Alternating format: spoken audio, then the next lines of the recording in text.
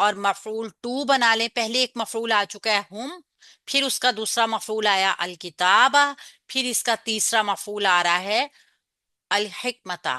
ان دونوں کو واو عاطفہ کے ذریعے جوڑ کے ایک مفعول بھی بنا سکتے ہیں اور الگ الگ بھی بنا سکتے ہیں. ٹھیک ہے، مفعول ون، مفعول ٹو، مفعول تھری، یعنی تین چیزوں کی تعلیم دیں ان کو کتاب کی، حکمت کی، آگے اور یوزکیہم، وہ پاک کر دے ان کو.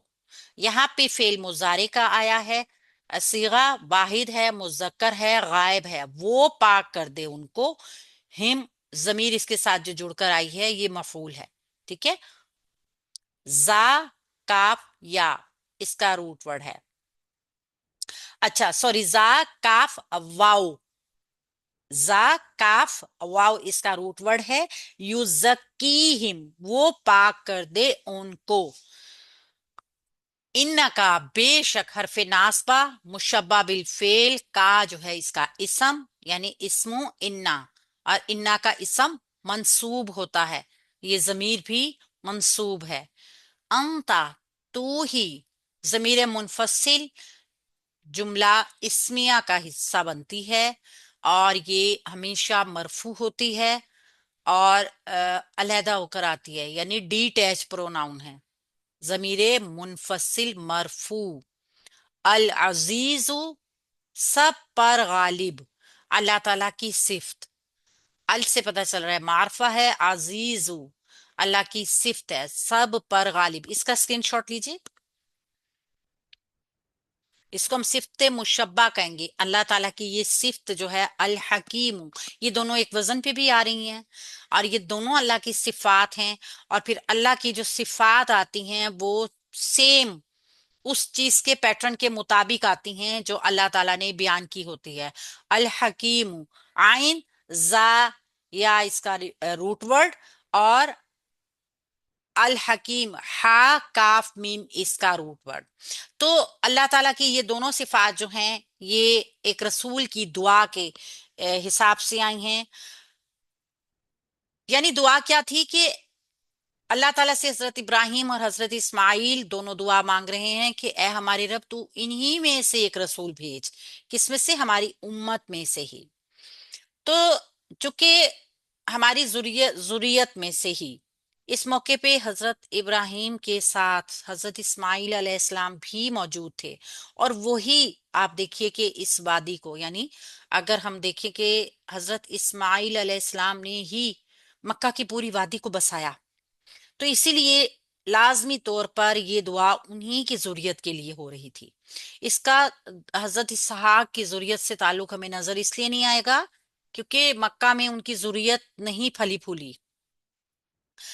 تورات کے الفاظ سے بھی یہی بات ثابت ہوتی ہے کہ آخری نبی کی بعثت جو ہے حضرت اسماعیل علیہ السلام کی نسل سے ہونی تھی. یعنی آخری نبی کا نزول، آخری نبی جو اللہ تعالیٰ نے بھیجے وہ حضرت اسماعیل علیہ السلام کی نسل میں سے ہی بھیجے. حضرت موسیٰ علیہ السلام کی تورات میں ایک پیشن گوئی ہے جس میں کہا جاتا ہے کہ تیرے ہی بھائیوں میں سے تیری مانند ایک نبی برپا کرے گا. ٹھیک ہے، تو آگے چل کر میں ان کے لیے انہی کے بھائیوں میں سے، یعنی اس طریقے سے بیان کیا گیا ہے. تو الفاظ کے اشارے سے بھی پتہ چل رہا ہے کہ جو نبی مبعوث ہوں گے وہ حضرت اسماعیل علیہ السلام کی ذریت میں سے ہوں گے.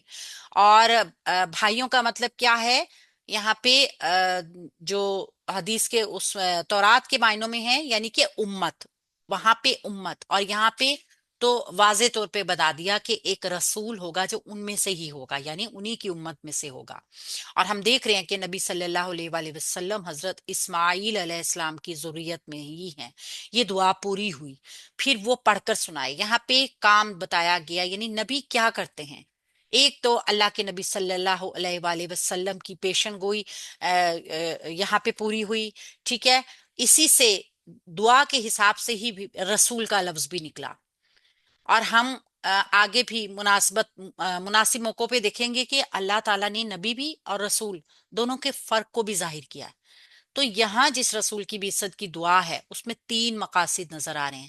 ایک وہ تلاوت کر کے سنائے، دوسرا وہ کیا کرے گا؟ تلاوت آیات کی. دوسرا تعلیم دے گا کس چیز کی؟ کتاب اور حکمت کی. اور تیسرا کیا کرے گا؟ وہ پاک کرے گا یا وہ تزکیہ کرے گا. تو تینوں میں آیات جو ہے نا، یہ جو ہم دیکھ رہے ہیں تیری آیات کی، تو آیت اصل میں دیکھیں لغت میں اس چیز کو دیتے ہیں کہا جاتا ہے جس کی کوئی دلیل ہو، ٹھیک ہے، یا جس سے کسی چیز پہ کوئی دلیل لائی جا سکے. تو اگر اس پہلو سے دیکھیں تو زمین اور آسمان کی ہر چیز ایک آیت ہے، کیونکہ اللہ تعالیٰ کی قدرت، اس کی حکمت، اس کی صفات، اس کی تخلیق، تدبیر، ہر ایک چیز دلیل ہے دنیا کی ہر ایک چیز کے اوپر. تو اسی طرح معجزات بھی آیات ہیں جو کہ ہر انبیاء کے اوپر اللہ تعالیٰ نے کیے. تو یعنی کہ قرآن مجید میں الگ الگ جملوں میں الگ الگ طریقے سے یہ لفظ جو ہے وہ استعمال ہوا ہے آیت، نشانی کے طور